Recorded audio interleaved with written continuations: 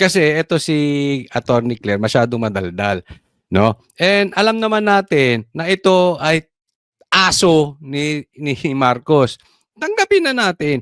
Ang sinasabi nito ay salita ni Marcos. So, ginagamit niya ngayon dito yung salitang traidor. Hindi dapat gamitin na sa pagpapatupad ng batas na traidorin yung nararapat. Yan po ang punto ni Claire. Natatandaan po natin na sinabi ni Baste na itong si Marcos ay traidor. Walang utang na loob. Okay, sige tuloy. With the Interpol. Hindi dapat mahinto ang pagpapatupad ng batas dahil lang sa utang na loob. Ito ang sagot ng Malacanang sa pagtuligsa ni Davao City Mayor Sebastian Baste Duterte kay Pangulong Ferdinand Marcos Jr. kaugnay ng pagkakaaresto sa amang si dating Pangulong Rodrigo Duterte. Kahapon, binuweltahan ni Mayor Baste ang Pangulo at sinabing wala itong utang na loob kahit pa ipinalibing na nga ng dating Pangulo sa libingan ng mga bayani si dating Pangulong Ferdinand Marcos Sr. Wag yung kay utang kabubuton, ang imong amahan, gipalobong Ang iyong ama, pinalibing ng aking ama. sa akong amahan, pero ako Pero ang aking ama, pinakulong mo. akong amahan, gipapreso nimo. Ayon kay Palace Press Officer Undersecretary Claire Castro, noong 2016 pa lamang ay tinanaw ng utang na loob ng dating senador at ngayon ay Pangulong Marcos sa Korte Suprema at kay Pangulong Duterte ang ukol sa bagay na ito. Noon Alam mo, ipapaliwanag ko lang po sa atin. No? Sa ating mga Pilipino, yung ama natin, imagine niyo po, very important po ito sa ating tradisyon. Napaka-importante sa atin na yung ating ama ay mapalibing ng maayos. Nature po natin yan eh. Ang family ties po ng mga Pilipino ay talagang matindi. Ang ating pagmamahal sa ating pamilya matindi, ang ating bonding sa ating pamilya ay matindi. Kaya naman napaka-importante na nailibing, napakalaking bagay nun, na dati yung tatay nila ay binabastos. Pero itong si PRRD, pinalibing sa libingan ng bayani ang tatay ni BBM. Bakit?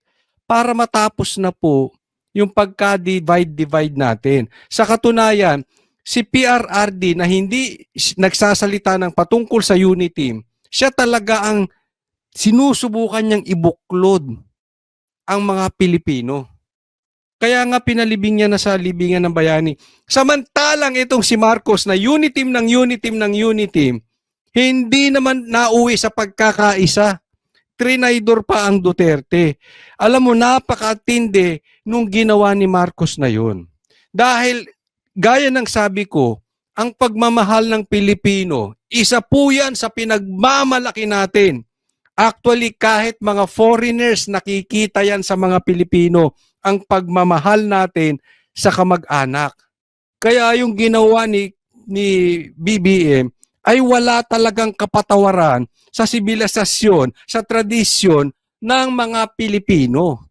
Dahil talagang walang utang na loob si BBM. Dapat nirespeto niya yun.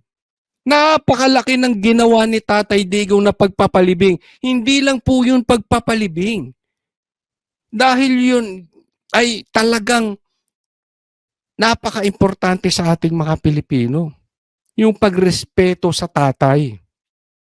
Sana man lang, eto si Marcos, eto si BBM, nirespeto man lang yung tatay ni Sara, which is si Tatay Digong. Yung po ang ibig sabihin dito, wala ka talagang respeto, wala ka talagang utang na loob, Marcos.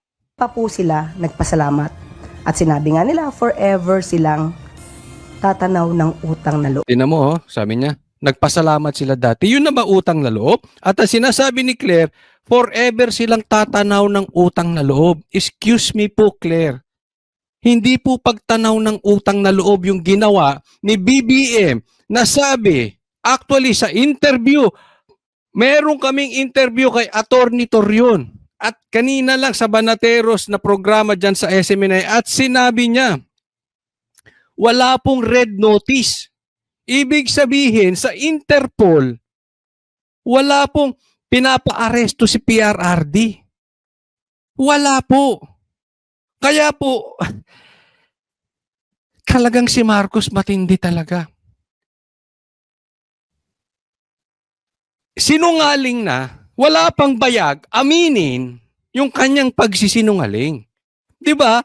I mean, kung ipakukulong mo si PRRD, diyan sa ICC, dapat man lang panindigan mo magpakalalaki ka. Kung hindi mo pakukulong, dapat pinanindigan mo, ipinagtanggol mo. Dahil karapatan ng isang presidente, yung choice na yun. Pero gaya nga ng sabi, walang utang na loob to si Marcos. Sa napakagandang gesture ng dating Pangulong Duterte. Pero ang pagtanaw po ng utang na loob ay hindi dapat madiskaril at hindi dapat magtraidor sa batas at sa hustisya. Ayan, sabi niya, ginagamit niya na dito. Okay? Ito dito napapaamin na po. Papansinin niyo, nasasaktan sila sa salitang budol.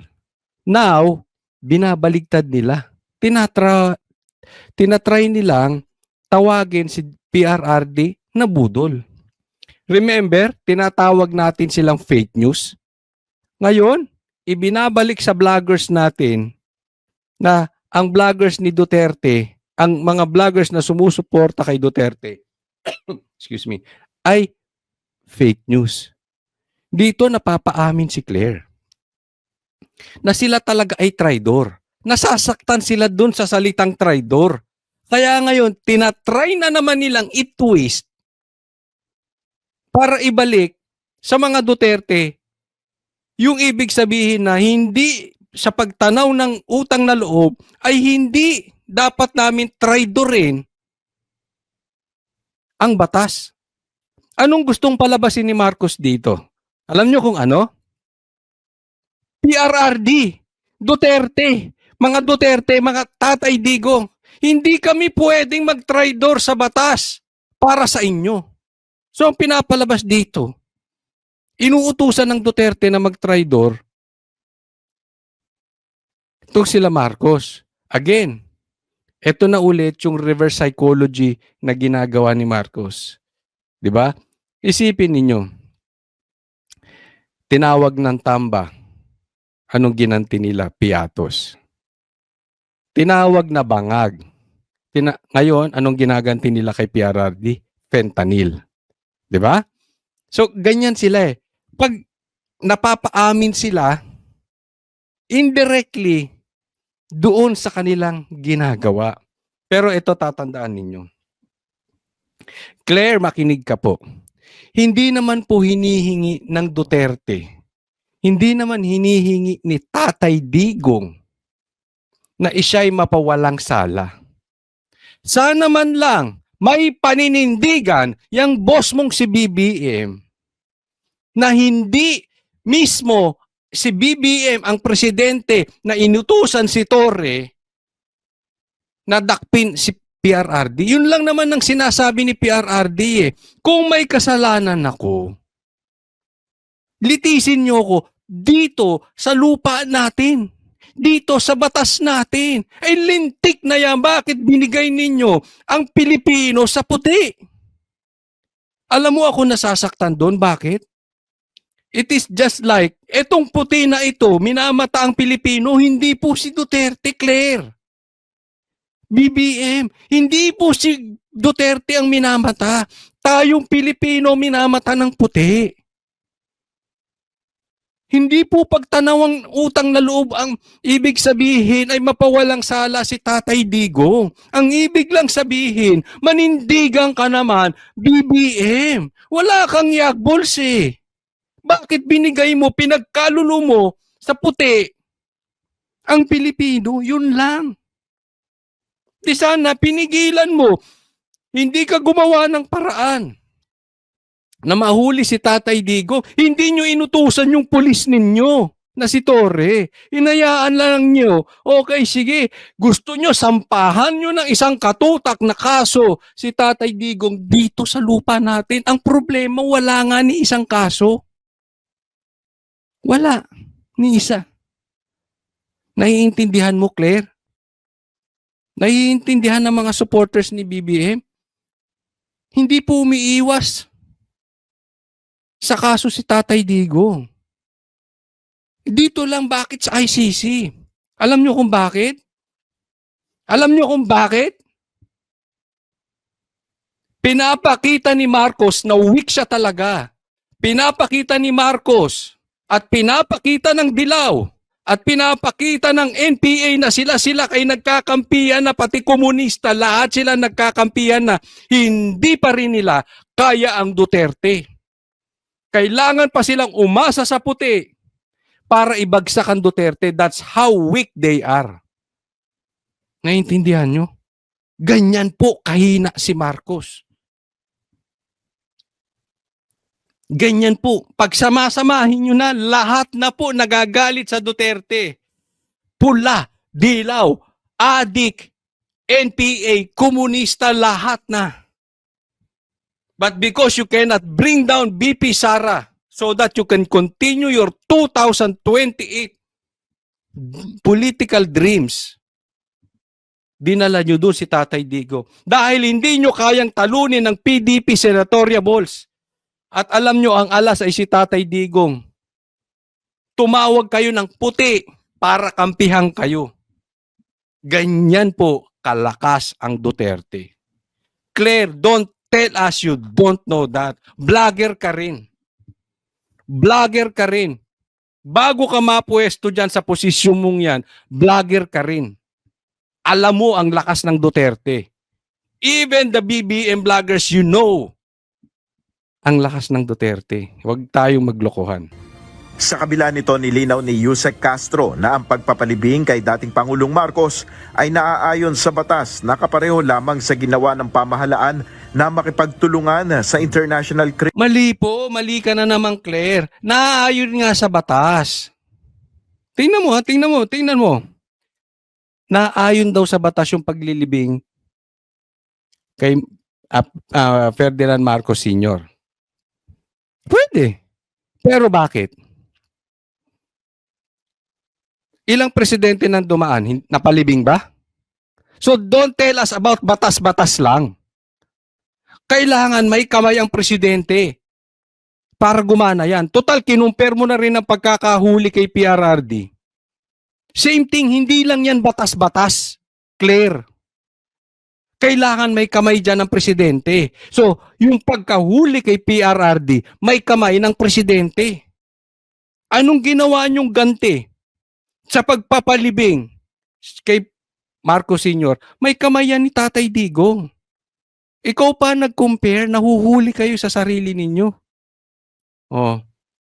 Kahit nasa batas yan, gaya ng sabi ni Marcos, he will not lift a finger. Hindi siya magfi-finger. Anong ginawa mo? Pininger-finger mo. Para mahuli si PRRD. Anong hindi ka maglilip ng finger? Sa sobrang finger mo, nanigas si Torre. Napakayabang. Hinuli si PRRD. Dinala sa ano? Tingnan yung kalokohan. Again, may kamay ang presidente. Criminal Police Organization o Interpol. Ang pagpapaaresto naman po o pagsusurrender kay dating Pangulong Duterte sa ICC ay meron din pong kaugnayan na batas at meron po tayong sinusunod na commitment para sa Interpol. Inirerespeto Sabihin mo, walang paninindigan. Tinanggi niya ng papapasukin ng ICC, pinapasok pa rin. naman ng Malacanang ang mga protesta ukol sa pagkakaaresto sa dating Pangulo. Ngunit paalala ng palace official sa mga nagpoprotesta, iwasan lamang lumabag sa mga umiiral na batas. Hindi po natin mawawala sa kanilang damdamin, kaya po ay normal dahil po may naging pangyayari sa kanilang malamang iniidolo at panatiko po sila. Bastos talaga, bunga. Bastos talaga bunganga nito, no? Ano bang sinusubo nitong alin na ito? May pagkabastos eh. Hindi naman natin sila masisisi dahil sa iniinudulo nila at panatiko. Hindi po. Hindi dahil sa pagiging panatiko kami. Oo, iniidolo namin. Pero hindi yung panatiko na ibig mo sabihin wala na kaming katwiran. Hindi. Mali talaga yung pagkaka-aresto kay PRRD. Bakit wala nang jurisdiction ng ICC sa atin? Claire, vlogger ka na, abogado ka pa. Alam kong alam mo. Huwag naman bastos yung bunganga mo. Bata, hindi ko maintindihan kung bakit ganyan ang kabastos ang lumalabas sa bibig bunganga mo. Ng isang leader, hindi po natin pipigilan ang ganilang pagsasabi ng kanilang mga damdamin. Huwag lang po sigurong lalagpas na magkakaroon po ng alarma at masasabi po natin na yan po ay sedition or inciting to sedition na po. Nel Maribuho, UNTV News. Ay nako, punta po tayo sa next topic ha. Tingnan natin to, topic number 2. Investigasyon ni Aimee sa Senado, pipigilan ni BBM. Hindi naman daw pipigilan ng kanya ang mga opisyal ng gobyerno na iimbitahan sa gagawing investigasyon ni Senadora Aimee Marcos kaugnay sa pagkakaaresto kay dating Ayan. Pangulong Una pa lang no? Ano sabi? Hindi naman pipigilan ng Malacanang ang pag-iimbestiga ni Aimee sa Senado patungkol sa maling pag-aresto kay Tatay Digong. Doon pa lang nakakatakot na. Alam niyo kung bakit? Lahat po ng nangyayari kabaliktaran sa sinasabi ni BBM. Una, anong sabi niya? Hindi pa papasukin ng ICC. I will not lift a finger. Nakapasok ba? Ando na nga si Tatay Digong, pinaaresto. Ano sabi ni Boying? Hindi sila makikipag aarestuhin pa ang ICC pag andito sila at illegal po yun at dapat dumaan sa korte. Pinadaan ba sa korte? Hindi. Anong sabi ni BBM? Hindi pa papasukin ng ICC, hindi pa papasukin ng EDCA. Pinapasok ba? Oo. Anong sabi ni Marcos? Hindi siya pabor sa impeachment. Unang pumirma sa impeachment, anak niya. At ang huling pumirma, pinagitnaan, pinsan niya. Anong sabi ni Marcos? Ni BBM? Walang pumasok na armas sa KOJC. Ni isa. May pumasok ba? Ang dami. Napakaraming armas na pumasok sa KOJC. Kaya nakakatakot to. Tandaan nyo. Malalaman ninyo kung ano ang plano ng gobyernong ito. Pakinggan ninyo. Ang thermometer natin, si BBM. Kung ano sinabi ni BBM, baliktarin ninyo. Yun ang mangyayari. Kaya yung sabi niya, hindi niya pipigilan to, pipigilan niya yan. Duterte. Tiwala naman daw kasi silang masasagot ng mga opisyal ang mga pagsisiyasat dahil naaayon umano ito sa O paano, Claire? Kung pigilan ni BBM, pagtatanggol mo pa rin? Pikit mata mong ipagtatanggol? batas. Lalo na yung paghahain nila ng warrant. Ayon kay Communications Undersecretary Claire Castro, igagalang daw ng palasyo ang nais ng senadora. Malaya naman daw ang presidential sister na magpatawag ng investigasyon in aid of legislation. Kung yan po ang nais ni Senadora, she's free to do that. If the inquiry is in aid of legislation, we will respect. Ayan, delikado. Irerespeto daw nila yung gusto ni Aimee na magpatawag in aid of legislation. Naku, malabo na naman yung investigasyon. Alam mo, sa katunayan, hindi na ako believe dito kay Aimee. Sabi nga, ano pang iimbestigahan mo? Labas na sa lahat ng social media. Baka gagamitin mo lang yan, yung Senate investigation na yan dahil sa lahat po, tandaan nyo to sa lahat po ng kandidato sa under BBM na senator, ang pinakamalaking ibinagsak si Aimee. It shows ganun po kahina ang kapit ng Marcos sa Pilipinas. Ganun kahina yung kanilang paninindigan na tama ang pagkakaaresto kay Tatay Digong. Hindi po. Alam ng Pilipino mali yun. Kaya nga, alam mo sa survey, lahat sila humina. Bumaba sila sa survey. Ang kanilang percentage bumaba. Pero ang pinakamalaking binaba si Amy. So ako wala akong tiwala dito kay Amy. Until kumalas ka dyan sa team ng kapatid mo and then call out for drug test. Until now, hindi mo kino-call out ng drug test yung kapatid mo. Anong sabi ni PRRD? Bangag yung kapatid mo. Ta simple naman eh. Kung hindi bangag, bakit hindi mag-drug test? Di ba? Para tapos ang usapan.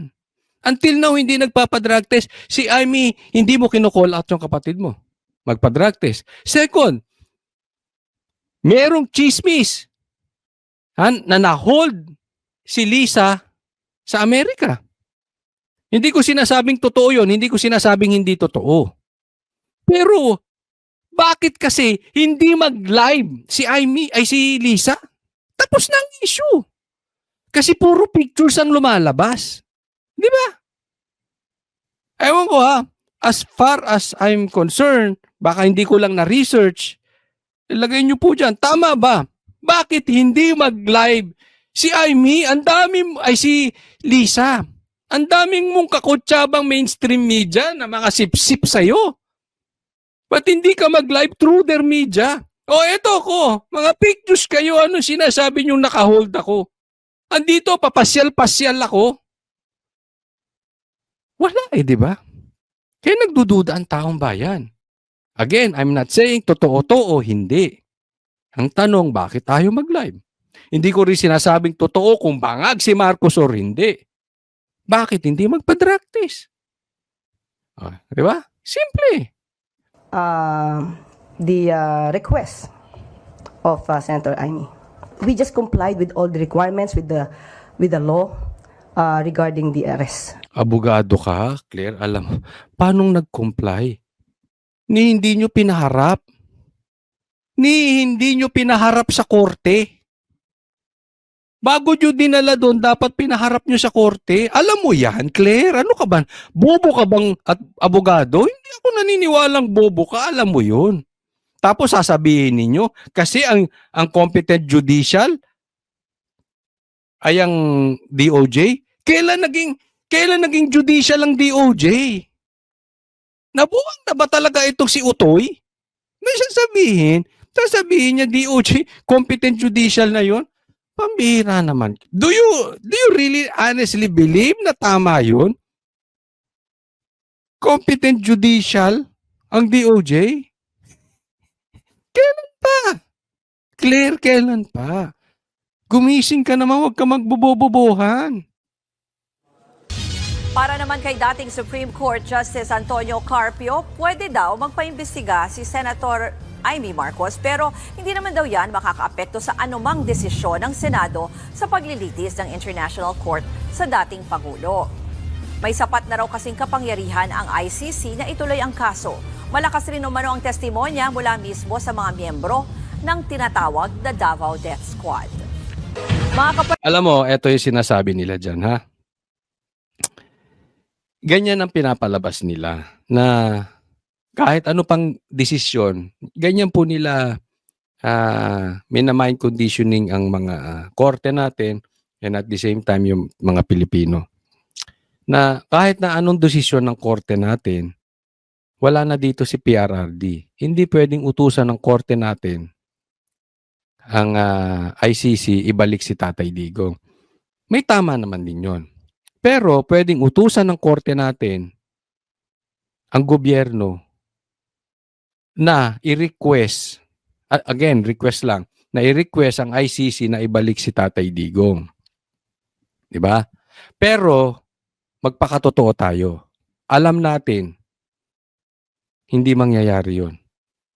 Mas posible pang, ito'y kasing labo ng pagputi ni Torre. Malabong mangyari.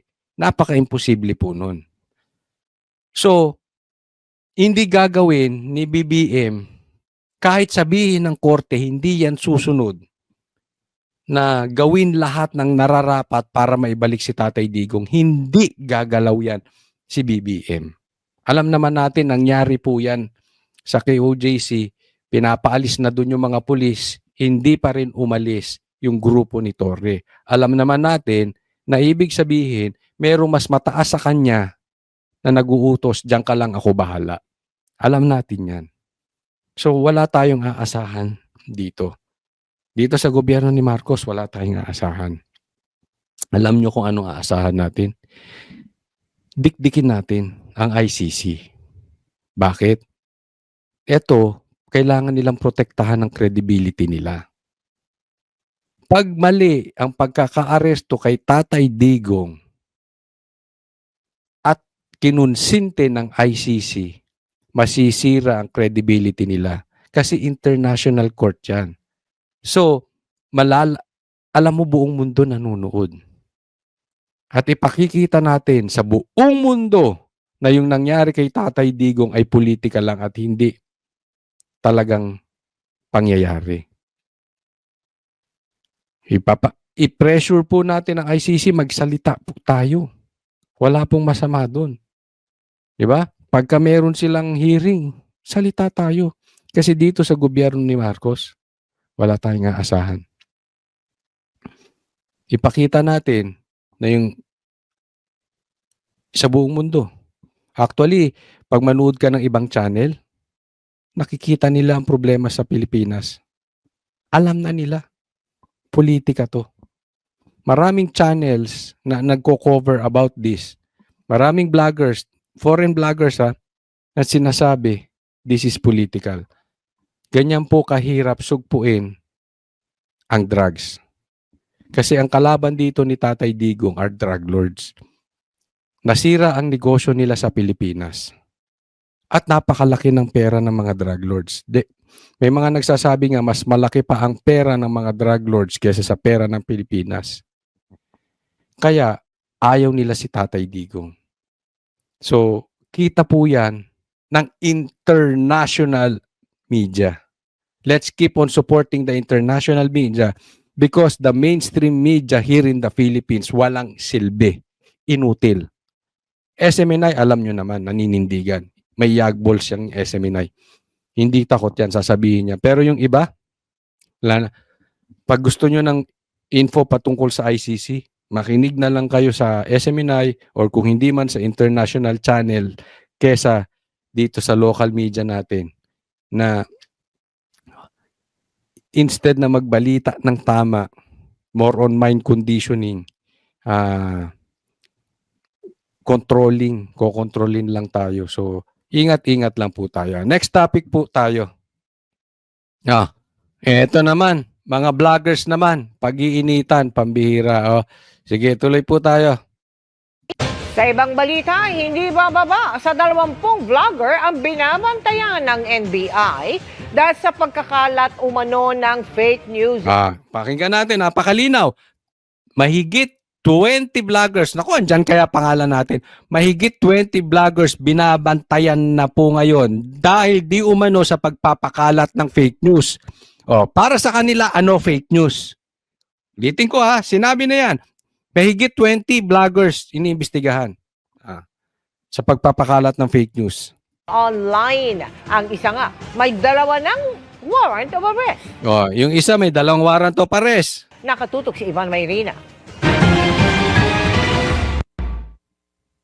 Sa survey ng Social Weather Station itong Pebrero na kinomisyon ng Advisory and Research Consultancy Group na Stratbase, lumalabas na 62% ng mga Pilipino ang naniniwalang isang seryosong problema ang fake news sa bansa. Yan. So itong kanilang tingnan nyo kung paano nila pinapalabas na fake news. Paano nila idinidiin yung fake news? Bakit? Survey. 62% naniniwalang problema ng Pilipinas ang fake news. Totoo naman. Sige, I will agree with you. Pero dyan nila sinimulan, tingnan nyo, i-discarte nitong GMA. Dyan nila sinimulan. 62% problema na. Sangayon na problema ang fake news. Tanong, sino yung mga fake news? Karamihan din sa mga Pilipino, hirap daw na matukoy kung ang impormasyong kanilang napapanood, naririnig o nababasa ay peke o mali. 22%. Hindi nila maalaman kung peke or mali or fake news. Paano malalaman ang fake news? Isinagawa ang survey nitong February 15 to 19, 2025 gamit ang face-to-face interview sa mga rehistradong botante edad 18 pataas at may plus-minus 2.31% margin of error. Ang National Bureau of Investigation binabantayan ang hindi raw bababa sa 20 vloggers na nagpo-post ng umano'y fake news sa social Alam natin sino-sino to. Ang tutukuyin na naman nila. Hindi bababa ng 20 fake news vloggers. NBI, pasok! media. May hawak daw silang listahan ng vloggers at kanilang mga pinost itong mga nakarang araw at pag-aaralan ng posibleng nilang pananagutan. Walang binanggit na mga pangalan ng NBI, pero kabilang daw dyan ang isang vlogger na nakabase sa Amerika na ayon sa NBI ay may 2 warrant of arrest sa kanila. Cyber libel, papasok sa cyber libel, papasok sa inciting to sedition. Yung mga mamamayan natin, ginagawa nilang biru-biru yan, ano? Sinasabi nila meron tayong freedom of speech, freedom of expression, pero lagi kong sinasabi, that is not absolute. Merong limitation yan. Anong limitasyon? 'Di ba sinasabi ng mga vloggers may freedom of speech. According sa mamang ito, may limitation. Ano limitation? Mamaya papaliwanag natin. Anong ibig sabihin nilang limitation? Pagka lumalampas ka na sa parameter ng batas, nakakakomit ka na ng krimen, ay kailangan masawatan natin yan. Ang Malacanang na isa rin sa mga prioridad ngayon ng paglaban sa fake news, nakikipag-ugnayan sa NBI sa mga posibleng hakbang. It is very obvious that more fake news are lingering. Dumadami ang fake news. Maybe because of the present situation regarding the arrest of former president. Ayan, lumabas na. Ano yung mga fake news? Bakit dumadami yung fake news? Dahil yung mga nagbablog patungkol sa pagka-aresto kay Tatay Digong. Alam mo na agad kung saan tutungo eh. Di ba?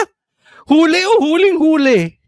Sabi ko sa iyo, sa kadaldalan nitong alin na ito, dinalaglag niya. Sa bagay, may utos to ng amo niya. Tatahol ba to kung hindi siya pinatatahol ng amo niya?